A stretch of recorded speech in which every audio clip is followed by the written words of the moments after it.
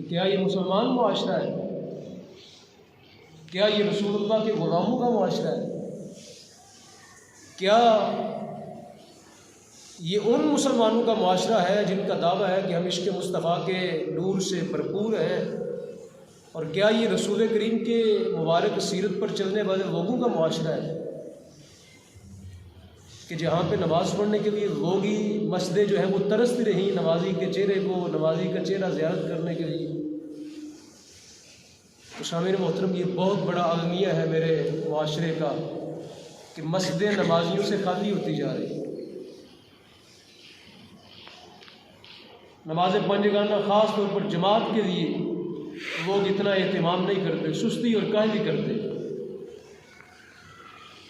तो लिहाजा मैं चंद बातें आज आपकी खिदमत में अर्ज़ करना चाहूँगा नमाज के हवाले से कि नमाज कितना ज़रूरी फरीज़ा है, नमाज कितना अहम फरीज़ा है मुसलमान मुआशरे के लिए, एक मुसलमान के लिए, और उस सोसाइटी के लिए जिस सोसाइटी में हम रह रहे हैं उसके लिए नमाज कितना अहम फरीज़ा है।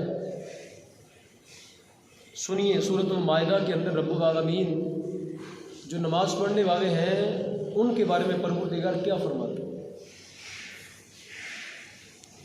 वलक़द अख़ज़ल्लाहु मीसाक़ बनी इसराईल, रब्बुल आलमीन फरमाते हैं कि बेशक हमने अहद लिया बनी इसराईल से। बनी इसराईल हज़रत मूसा अलैहिस्सलाम की कौम।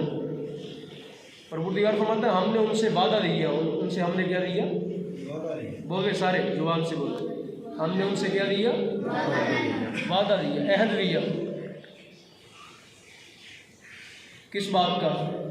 इस बात का कि खुदा को एक मानोगे, खुदा को वाहदहू शरीक मानोगे, खुदा के साथ किसी को शरीक नहीं बनाओगे, और मेरे अंबिया पर ईमान लेके आओ, नबियों की रिसालत पर ईमान लाओगे, खुदा को वाहदहू शरीक मानो। वबअसना मिनहुम इस्नई अशरा नक़ीबा, और रब्बुल आलमीन फरमाते हैं हमने उनमें 12 नक़ीब मुकर्रर फरमा दिए। उनके 12 कबीले थे ना, 12 कबीले थे, और हर कबीले का एक सरदार बना दिया गया, हर कबीले का एक सरदार बनाया गया कि तुमने अपने कबीले की निगरानी करनी है, निगहबानी करनी है, इसके जो मामलात हैं, उमूर हैं, उनको संभालना है। और आगे फरमाया वक़ालल्लाहु इन्नी मआकुम, परवरदिगार ने फरमाया, अल्लाह रब्बुल आलमीन इरशाद फरमा रहा है इन्नी मआकुम, मैं तुम्हारे साथ हूँ जब तुम अनबिया के तर्ज पर चलते रहोगे। अल्लाह फरमाता है मेरी रहमत तुम्हारे साथ साथ रहेगी, मेरा करम तुम्हारे शामिल हाल रहेगा, मेरी बरकत तुम्हें अता होती रहेगी। शर्त यह है कि तुमने अनबिया और रसूलों का तरीका अपनाए रखा। तुमने मेरा दिया हुआ अम्बिया के ज़रिए जो तरीका है अगर उसको अपनाया रखा तो फरमाया मेरी रहमत तुम्हें क्या आती रहेगी, मुयस्सर आती रहेगी। इन्नी माकुम, फरमाया मैं तुम्हारे साथ हूँ, मैं तुम्हारे क्या हूँ, अल्लाह फरमा रहा है। अल्लाह फरमा रहा है कि लोगों अगर तुमने अम्बिया का तरीका अपनाए रखा, अगर तुमने रसूलुल्लाह सल्लल्लाहु अलैहि वसल्लम का दिया हुआ मुबारक अमल जो है उसको अपनाए रखा, तो फरमाया अल्लाह फरमाता है मैं तुम्हारे साथ हूँ, मुरादा मेरी रहमत तुम्हारे साथ रहेगी। और आगे फरमाया लइन अक़मतुमुस्सलाह व आतैतुमुज़्ज़कात, फरमाया ज़रूर अगर तुमने नमाज कायम रखी, अगर तुमने क्या रखी, अगर तुम नमाज कायम रखो, व आतैतुमुज़्ज़कात, और ज़कात देते रहो। अगर तुम नमाज को कायम रखो, ये देखिए लफ्ज़ क्या आया, अगर, अगर शर्त लगाई, अगर तुम ये काम करोगे तो ये सज़ा मिलेगी, अगर ये काम करोगे तो जज़ा मिलेगी, इनाम। तो गोया अगर का लफ्ज़ है ये किस माना में इस्तेमाल होता है, शर्त के माना में। किसके माना में इस्तेमाल होता है, शर्त के। शर्त के, जो माँ बाप का कलाम होता है मशरूत होता है, जो माँ बाप का कलाम है मशरूत होता है कि अगर तुमने इम्तिहान, अगर तुमने मेहनत की तो इम्तिहान में कामयाब हो जाओगे। तो गोया बाद का जुमला जो है मशरूत होता है। तो फरमाया इन अक़मतुमुस्सलात, अगर तुमने नमाज को कायम रखा, अगर तुमने नमाज को कायम रखा, व आतैतुमुज़्ज़कात, और तुम ज़कात देते रहे और तुमने ज़कात दी, व आमनतुम बिरुसुली, और मेरे रसूलों पर ईमान लेके आते रहे, और मेरे रसूलों पर क्या लेके आते रहे। अगर तुमने नमाज कायम की, अगर तुमने ज़कात दी, और अगर तुम मेरे रसूलों पर ईमान लेके आते रहे, वअज़्ज़रतुमूहुम, और मेरे दीन की मदद करते रहे, और मेरे दीन की क्या करते रहे। अब अल्लाह के दीन की मदद, अल्लाह के दीन की मदद का क्या तरीका हो सकता है।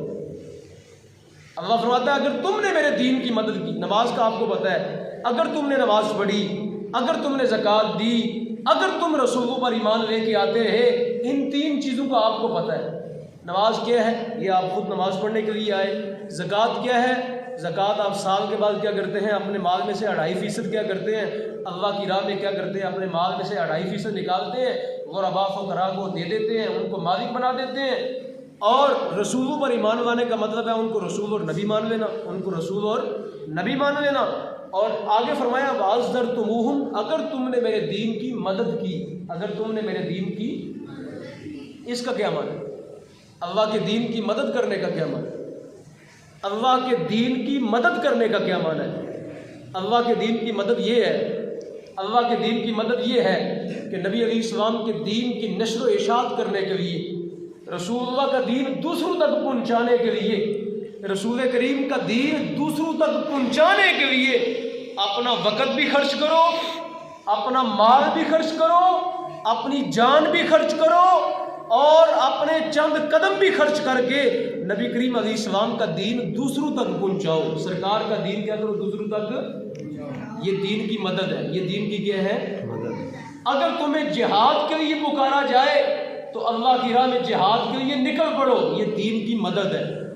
अगर तुम्हें कहा जाए कि अपनी ज़कात दे के मुसलमानों, गरीब मुसलमानों की मदद करो, तो तुम्हें क्या करो, ज़कात दो, तो ये अल्लाह के दीन की क्या होगी, मदद होगी। अगर तुम्हें कहा जाए कि माशरे के अंदर जो है वो इर्तिदाद फैल रहा है, माशरे के अंदर लोग मुर्तद हो रहे हैं, और कादियानी जो है वो थोड़ी थोड़ी लोगों की खिदमत करके लोगों को मुर्तद बना रहे हैं, तो उस वक़्त क्या करो, तुम अपनी रोटी को बांटो, अपनी रोटी को क्या करो, बांटो। खुद आधी रोटी खा लो, आधी मुसलमान भाई को दे के उसकी भूख को मिटा दो, तो ये क्या होगी, अल्लाह के दीन की क्या होगी, मदद होगी। कि तुमने किसी मुसलमान का ईमान बचा लिया, तुमने किसी मुसलमान को काफिर होने से बचा लिया, ये अल्लाह के दीन की क्या होगी, मदद होगी। तुमने हलाल काम की तरफ लोगों को दावत दी, तुमने कहा लोगों ये हराम छोड़ दो। कोई जो है माशरे के अंदर इन्हितात इतना पड़ा कि लोग अपनी बच्चियों की शादियां नहीं कर पा रहे, आपने किसी गरीब बेवा यतीम बच्ची की शादी कर दी, तो ये तुमने क्या की, अल्लाह के दीन की मदद की, क्योंकि तुमने हलाल का रास्ता दिखाया। तुमने क्या किया, हलाल का रास्ता दिखाया। तो हराम से बचाना और हलाल की राह पे चला लेना, ये भी अल्लाह के दीन की क्या है, मदद है। तुमने मस्जिद बनवा दी, ये अल्लाह के दीन की मदद है। तुमने किसी दीन पढ़ने वाले तालिब इल्म की खिदमत कर दी, तुमने किसी कुरान पढ़ाने वाले उस्ताद की खिदमत कर दी, ये अल्लाह के दीन की क्या है, मदद है। तो अल्लाह के दीन की मदद की हज़ारों सूरतें हैं, ये सब अल्लाह के दीन की मदद है। तुमने नबी करीम अलैहिस्सलाम की नमूज़ का तहफ़्फ़ुज़ किया, तुमने नबी करीम अलैहिस्सलाम की क्या किया, नमूज़ का तहफ़्फ़ुज़ किया, तो गाज़ी इल्मुद्दीन शहीद बना, ये अल्लाह के दीन की क्या की, उसने मदद की। तुमने ख़त्म नबूवत का तहफ़्फ़ुज़ किया, तुमने अल्लाह के दीन की क्या की, मदद की। तुमने कुरान जो है किसी को पढ़ा दिया, तुमने अल्लाह के दीन की क्या की, मदद की। तो ये सब दीन की मदद की सूरतें हैं। अब सामने मोहतरम सुनिए, कुरान कहता है अगर तुमने नमाज कायम की, अगर तुमने ज़कात दी, अगर तुम जो है अल्लाह के रसूलों पर ईमान लेके आए, और अगर तुमने क्या की, दीन की कितनी बातें हुई, 4। कितनी बातें, बोलिए जरा, दोबारा इनको दोहराएं 4। क्या, अगर तुमने नमाज कायम की, अगर तुमने ज़कात दी, अगर तुम रसूलों पर ईमान लेके आए, अगर तुमने अल्लाह के दीन की क्या की, 4 बातें होगी। आगे 5वीं बात, वअक़रज़्तुमुल्लाह क़र्ज़न हसना, अगर तुमने अल्लाह को कर्ज़े हसना दिया, अगर तुमने अल्लाह को, इसको समझते हैं ना, कर्ज़े हसना को समझते हैं। मुझे यहाँ पे कोई दोस्त यहाँ बैठे हैं, मेरे कोई दोस्त मेरे भाई बैठे हैं, मुझे उनने रात के वक्त कहा, रात शाम को हम बैठे थे, वो कह रहे थे कि हमें कोई ज़रूरत पड़ेगी किसी चीज़ कर्जे की। तो हमने कहा कर्ज दे दो। तो आगे से उस बंदे ने कहा साथ इतना लूँगा। उसने कहा साथ इतना लूँगा। अरे मेरे माशरे में अब भी सूद जारी है। मुसलमान मुआशरा कहलाने वाला बंदा, नमाजें पढ़ने वाला बंदा और अपने आप को कहने लगा कि मैं मुस्तफ़ा का आशिक़ रसूल हूँ। अरे हुजूर की उम्मत को सूद देते हो, कर्ज़े हसना क्यों नहीं देते? कर्ज़े हसना क्यों नहीं देते? अल्लाह फरमाता है अगर तुमने कर्ज़े हसना दिया, अगर कर्ज़े हसना क्या होता है? क्या अल्लाह कर्ज मांगता है बंदू से? नहीं, अल्लाह के बंदू को कर्ज देना ये अल्लाह को कर्ज देना, अल्लाह के बंदू को मोहब्बत देना, अल्लाह के बंदू की ज़रूरत पूरी कर देना, इसको कुरान ने क्या कहा? कर्ज़े हसना। इसको कुरान ने क्या कहा? कर्ज़े हसना। बगैर सूद के कर्ज देना, बगैर सूद के कर्ज देना। ये नहीं कि 1000 दूंगा और बदले के अंदर 1100 लूँगा, 10,000 दूंगा बदले में 11,000 लूँगा, 15%, 16%, 19%, 9%। ये हर बच्चे को पता है। बैंकों के बाहर ये बात लिखी हुई है, बैंकों के बाहर लिखी हुई है। ये मुसलमान मुआशरा है कि जिसके सारे बैंक जो है वो सूद पे कर्जा दे रहे। फिर हम कहते हैं कि अल्लाह की रहमत जो है वो कहाँ है? फिर हम कहते हैं हमारी दुआएं कबूल क्यों नहीं होती? जब एक शादमान से लेके आप कचहरी तक चले जाए तो यहाँ 10 बैंक नजर आएंगे और 10 के 10 बैंक जो है मुआशरे में सूद को राइज किए हुए हैं, तो फिर आपकी दुआएं कबूल होंगी। और सारा मुआशरा जब सूद पे चल रहा हो, सारा मुआशरा जब सूद पे चल रहा हो, तो फिर आप कहेंगे कि इस मुआशरे पे अल्लाह का रहम क्यों नहीं आता? अल्लाह के सूद के बारे में परवरदिगार ने फरमाया कि सूद जो है ये अल्लाह के साथ ऐलान जंग है। कुरान ये कहता है 5वें पारे में कि सूद अल्लाह के साथ क्या है? ऐलान जंग है। तो सामीन मोहतरम, ये 5वीं चीज़ कुरान कहता है अगर तुमने अल्लाह को कर्ज़े हसना दिया, अल्लाह को कर्ज़े हसना दिया, मुराद क्या? अल्लाह की मखलूक को कर्ज़े हसना दिया, अल्लाह की मखलूक को कर्ज़े हसना दिया, उनकी ज़रूरत पूरी कर दी, उनको ज़रूरत थी, आपने उस किसी को कर्ज़ दे दिया। तो अब सामीन मोहतरम ये 5 बातें जब हो गई ना, नमाज कायम की, ज़कात दी, रसूलों पर ईमान लेके आए, अल्लाह के दीन की मदद की, अल्लाह के दीन की मदद की और अल्लाह की मखलूक को कर्ज़े हसना दिया, अल्लाह की मखलूक को क्या किया? कर्ज़े हसना दिया। तो अब यहाँ से आगे बात शुरू होती है। कुरान कहता है लअकफ़िरन्न अन्कुम सय्यिआतिकुम, अल्लाह फरमाता है जब ये 5 काम करोगे ना तो मैं तुम्हारे गुनाह मिटा दूंगा। फरमाया इन 5 कामों को करने वाला शख्स जो है अल्लाह उसके गुनाह माफ़ करता है। लअकफ़िरन्न अन्कुम सय्यिआतिकुम, फरमाया तुम्हारे जुर्मों को माफ़ फरमा दूंगा, नज़रअंदाज कर दूंगा, सरफे नज़र कर दूंगा कि इस बंदे ने क्या जुर्म किया था। मैं ये नहीं देखूंगा, मैं ये देखूंगा कि ये है तो नमाज पढ़ने वाला ना, है तो मेरी मखलूक को कर्ज देने वाला ना, है तो रसूलों की मोहब्बत में गिरफ्तार है ना। फरमाया अगर ये काम करोगे तो अल्लाह तेरे जुर्मों को क्या करेगा? मिटा देगा। वाला उदखिलन्नकुम जन्नातिन तजरी, फरमाया अल्लाह तुझे अपनी जन्नत में दाखिल करेगा, अल्लाह तुझे क्या करेगा? अपनी जन्नत में। तो सामीन मोहतरम पता चला कि नमाज पढ़ने वाला बंदा जो है ना, नमाज पढ़ने वाला बंदा, ज़कात देने वाला बंदा, रसूलुल्लाह की इज़्ज़त करने वाला बंदा, नबी करीम अलैहिस्सलाम की नमूस का तहफ़्फ़ुज़ करने वाला बंदा, ख़त्म नबूवत की बात करने वाला बंदा और अल्लाह की मखलूक से मोहब्बत करने वाला बंदा, अल्लाह के दीन की मदद करने वाला बंदा, बिल आखिर जो है वो अल्लाह की जन्नत में चला ही जाए। वला उदखिलन्नकुम जन्नातिन तजरी, अल्लाह फरमाता है तुम्हारे गुनाह माफ़ फरमाऊँगा और बदले के अंदर तुम्हें अपनी जन्नत अता करूँगा, बदले के अंदर तुम्हें क्या करूँगा? अपनी जन्नत अता करूँगा। तजरी मिन तहतिहल अनहार, ऐसी जन्नत जिसके नीचे से नहरें बहती हैं। तो सामीन मोहतरम इस आयत करीमा के इतने हिस्से से क्या पता चला? इतने हिस्से से पता चला कि नमाज एक ऐसा अमल है, नमाज एक ऐसा फरीज़ा है जो इंसान के गुनाहों की जो इंसान के गुनाहों के मिटाने का सबब बन जाता है। नमाज एक ऐसा अमल है जो इंसान के गुनाहों को मिटा देता है। ज़कात एक ऐसा अमल है जो इंसान के जुर्म माफ़ करवा देता है। कर्ज़े हासना देना, किसी गरीब की मदद कर देना, ये ऐसा अमल है जो किसी इंसान को अल्लाह की बारगाह से सुरखरू कर देता है। मखलूक़ खुदा पर रहम करना, ये एक ऐसा अमल है जो अल्लाह की बारगाह में बंदे को सुरखरू कर देता है। और फिर दीन की मदद करना, दीन की क्या करना? अल्लाह के दीन की मदद करना, अल्लाह के दीन की मदद करना, ये ऐसा अमल है जो इंसान के गुनाहों की माफ़ी का सबब बन जाता है। जो इंसान के गुनाहों की क्या करता है? माफ़ी का सबब बन जाता है। इसलिए सामईन मोहतरम, हर अमल जो है वो अल्लाह की रज़ा के लिए करें। जो अमल भी कर रहे हैं उसमें नीयत ये हो कि मेरा रब राज़ी हो जाए, मैं अपने अल्लाह को राज़ी करना चाहता हूँ।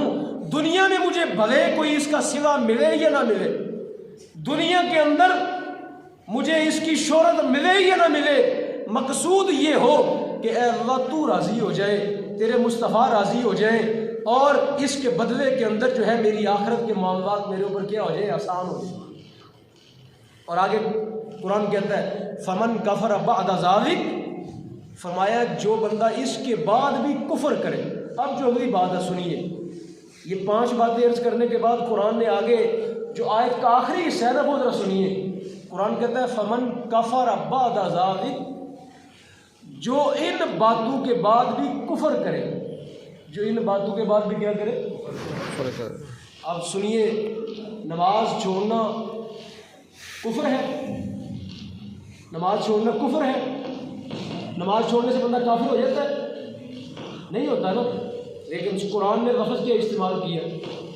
अगर नमाज पढ़ोगे ये बातें मिलेंगी, अल्लाह तुम्हारे जुर्म माफ़ कर देगा, अल्लाह जन्नत में दाखिल करेगा। और आयत का आखिरी हिस्सा क्या है?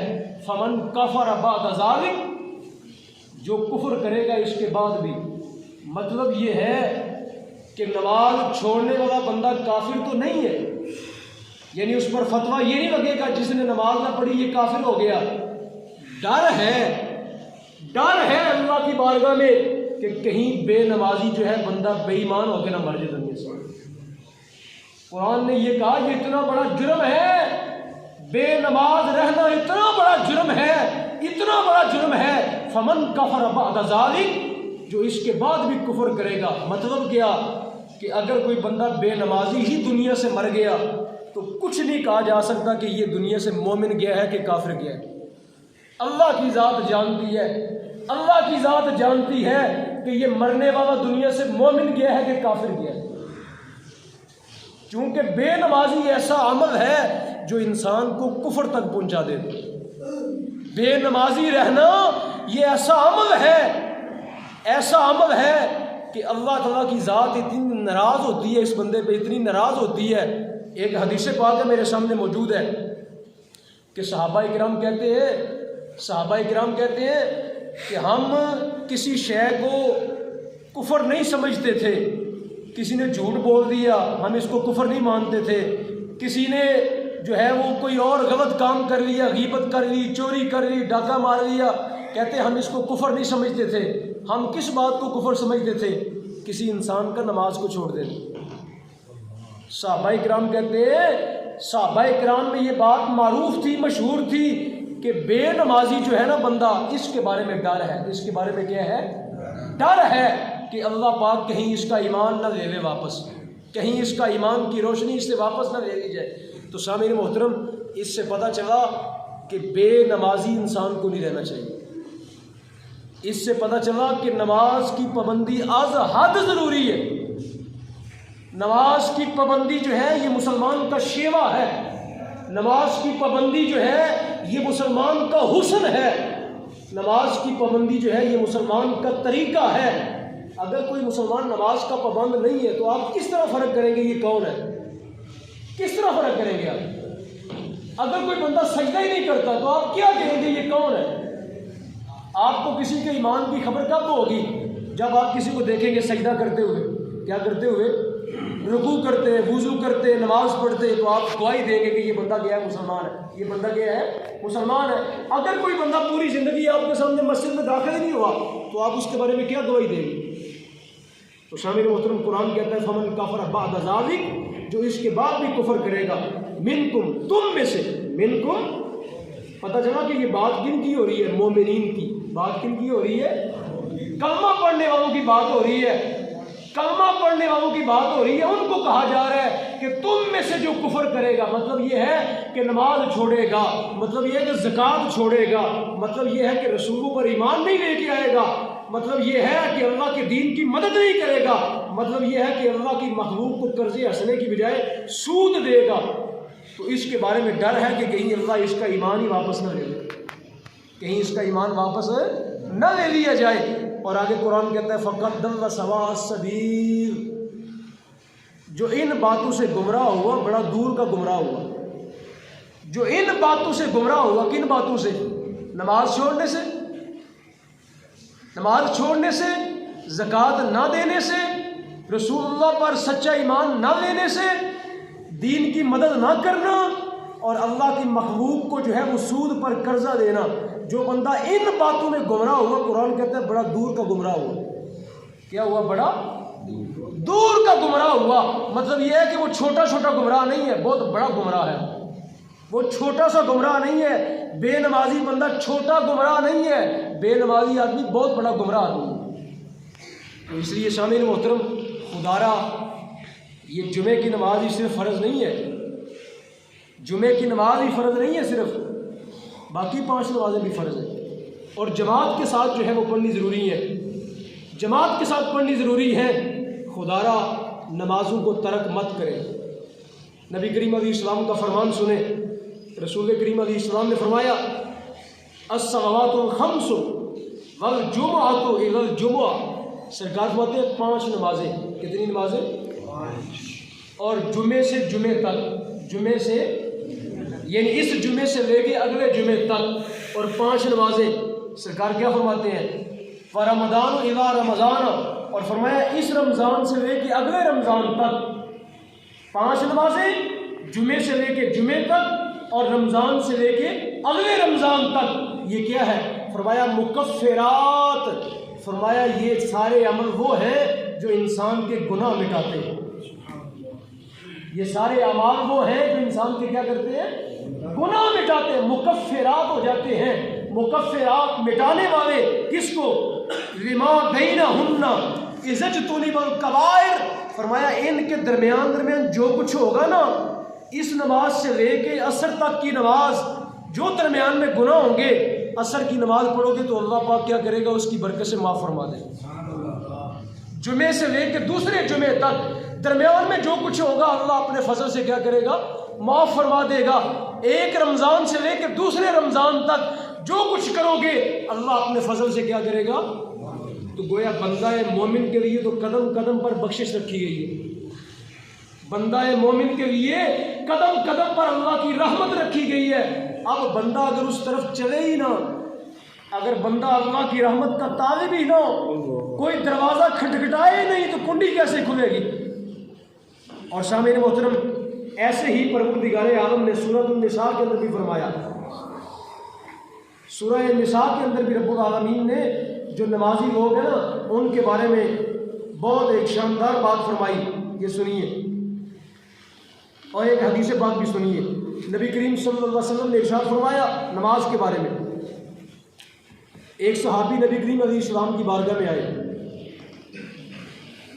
उन्होंने कहा या रसूलुल्लाह सल्लल्लाहु अलैहि वसल्लम, मुझसे जुर्म हो गया है। मुझसे क्या हो गया? एक सहाबी सरकार की बारगाह में आए और आप कहने लगे या रसूलुल्लाह, मुझसे एक गुनाह हो गया है, एक जुर्म हो गया मुझसे, आप मेरे ऊपर उसकी हद कायम कर दें। मेरे ऊपर क्या करें? उसकी यानी सज़ा नाफिज करें। क्या करें? उसकी। तो रसूल करीम अलैहिस्सलाम ने क्या फरमाया? सुनिए ज़रा। फ़अन्ज़लल्लाहु तआला व अक़िमिस्सलात तरफ़यन नहार व ज़ुलफ़न मिनल लैल इन्नल हसनात युज़हिबुनस्सय्यिआत। जब वो शख्स आया ना, आगे कहने लगा हुजूर मुझसे जुर्म हो गया है, मेरे ऊपर मेरे गुनाह की सज़ा नाफिज करे, हद नाफिज कर दे। पहली बात सुनिए, इसमें एक नुक्ता गया है, सहाबा इकराम में रब ने इतना खौफ रखा था, इतना खौफ खुदा था कि अगर जुर्म हो जाता तो खुद चल के आते कि या रसूलल्लाह मेरे ऊपर सज़ा नाफिज कर दो, ताकि मैं इस दुनिया के अंदर सज़ा ले लूँ। जो आखिरत की रुसवाई है वो बड़ी डाटी है, जो कब्र की रुसवाई है ना वो बड़ी शदीद है। मैं चाहता हूँ कि इस दुनिया के अंदर मेरा जुर्म जो है वो माफ़ कर दिया जाए, चाहे अल्लाह की इबादत के ज़रिए चाहे सज़ा के ज़रिए मेरा जुर्म जो है मिटा दिया जाए। मैं मुजरम होके मरना नहीं चाहता, मैं मुजरम होके मरना नहीं चाहता। मैं चाहता हूँ कि दुनिया के अंदर अपने जुर्म की सज़ा दे के चला जाऊँ। ये खौफ खुदा इंतहा दर्जे का खौफ खुदा है, ये इंतहा दर्जे का खौफ खुदा है कि कोई बंदा जुर्म करने के बाद खुद रसूलुल्लाह की बारगाह में आए और आके कहे कि या रसूलुल्लाह मेरे ऊपर आप सज़ा नाफिज कर दो। अब सुनिए आगे सरकार ने क्या फरमाया। जब वो सहाबी आगे कहने लगे मेरे ऊपर सज़ा नाफिज कर दे, अल्लाह ताला ने ये कुरान की ये आयत नाज़िल की,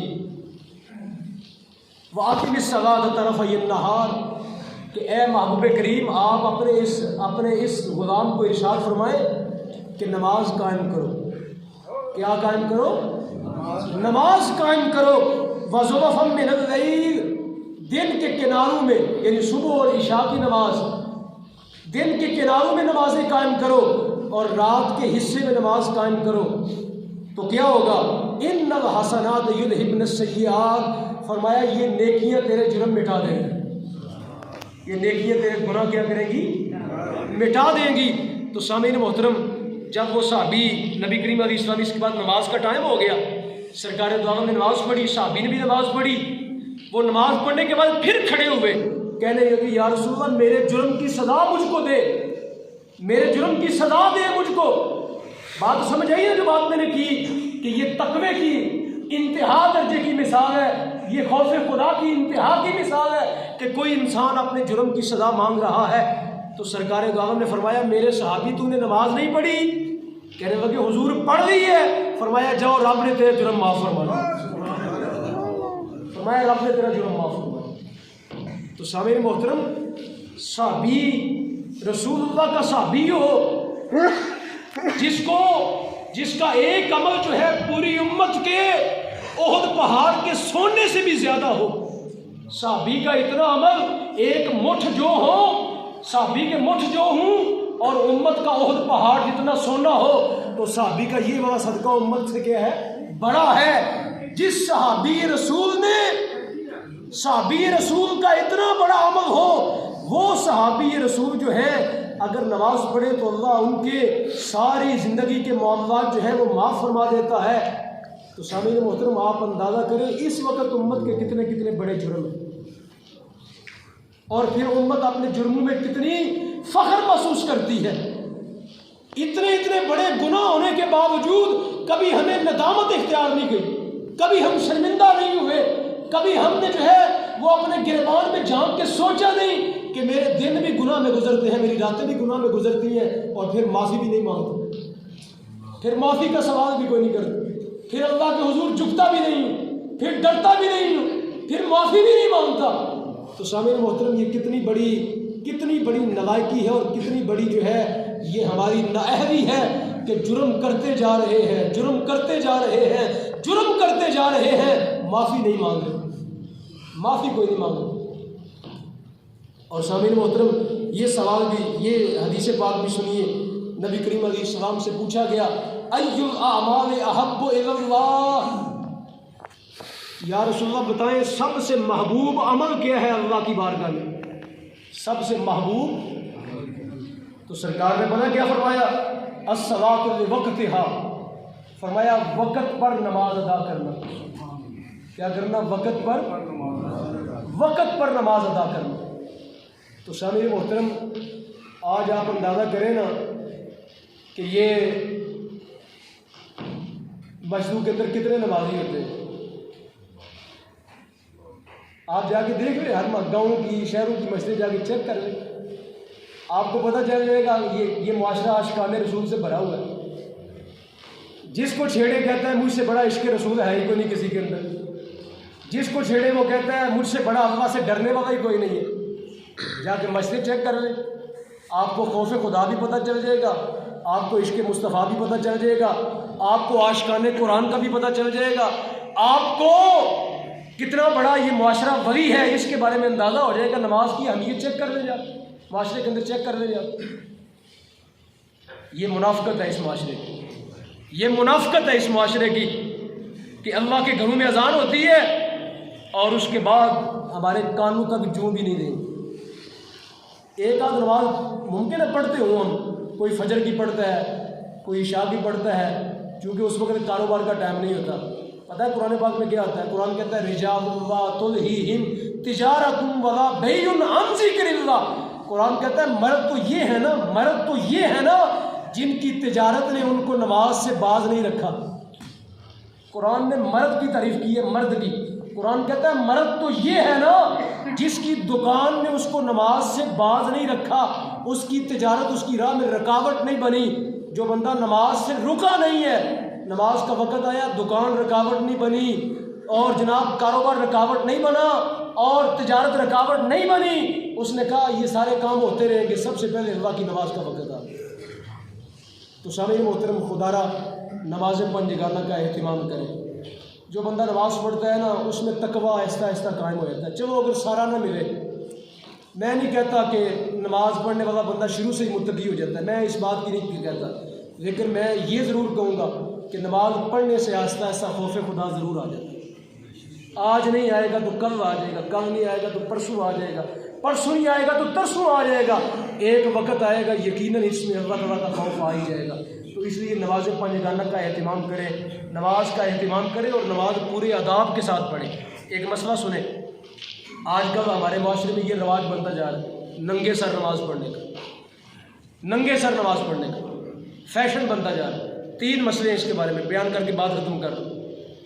एक ये कि सुस्ती के साथ बाहर से बंदा आया, उसने बस की टोपी पानी यार नमाज शुरू कर, ये मकरू तहरीमी है, ये मकरू तंजीही है। ये क्या है? मकरू तंजीही, मकरू तंजीही है, सवाब कम हो जाता है। क्या होता है? सवाब। दूसरी बात, एक बंदा बाहर से आया, उसने कहा कोई ज़रूरत ही नहीं है, ज़रूरत ही नहीं है, इसकी टोपी की ज़रूरत ही नहीं है, नमाज है, कोई ऐसा अमल ही नहीं है जिस वजह से टोपी पहन जाए, ये कुफर है। टोपी के बारे में 3 मसले हैं। एक मसला है ये मकरू तंजीही है। दूसरा मसला क्या है? अगर नमाज को इस काबिल ही नहीं समझा कि टोपी पहन के नमाज पढ़ी जाए, ये कुफर तक ले जाता है बंदे को। मसला है, ये सारी किताबों में लिखा है, जो किताबें यहाँ पढ़ी। तीसरा, एक बंदा कहता है मैं नमाज पढ़ता हूँ बगैर टोपी के ताकि मेरे अंदर इनकिसारी पैदा हो जाए। क्या पैदा हो जाए? आइज़ी पैदा हो जाए। मुझको नमाज में अगर मैं टोपी पहनूंगा तो मुझे गर्मी है वो नमाज मसरूफ़ रखेगी, बार बार टोपी को छेड़ूंगा ताकि गर्मी कम हो। इस बंदे के लिए जायज़ है, इस बंदे के लिए जायज़ है कि इनकिसारी आइज़ी के लिए टोपी के बगैर भी नमाज पढ़ ले। तीनों मसले मैंने आपके सामने बयान कर दिए। लेकिन जो आज हमारे माशरे के अंदर मसला है वो क्या है? सुस्ती। क्या है? आम तौर पर हम सुस्ती की वजह से टोपी नहीं पहनते, नंगे सर नमाज पढ़ते हैं, ये मकरूह तंजीही है। और अगर कोई बंदा इसको हल्का समझता है, कोई बंदा समझता है कि नहीं ज़रूरी कोई नहीं है, नमाज ऐसी कोई अमल ही नहीं है, टोपी पहनी जाए, पगड़ी पहनी जाए। नबी करीम अलैहिस्सलाम ने हमेशा 3 काम किए। सरकार ने टोपी के ऊपर पगड़ी बांधी, पहले टोपी पहनी, ऊपर पगड़ी बांधी। दूसरा है सरकार ने सिर्फ टोपी पहनी। तीसरा है कि सरकार ने सिर्फ पगड़ी बांधी, टोपी नहीं पहनी। 3 काम किए, चौथा काम सरकार ने कोई नहीं किया।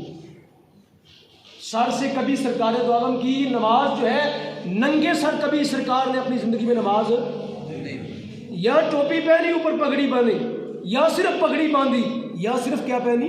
टोपी पहनी, लेकिन नंगे सर नमाज नहीं है, मकरूह तंजीही के ज़ुमरे में आती है।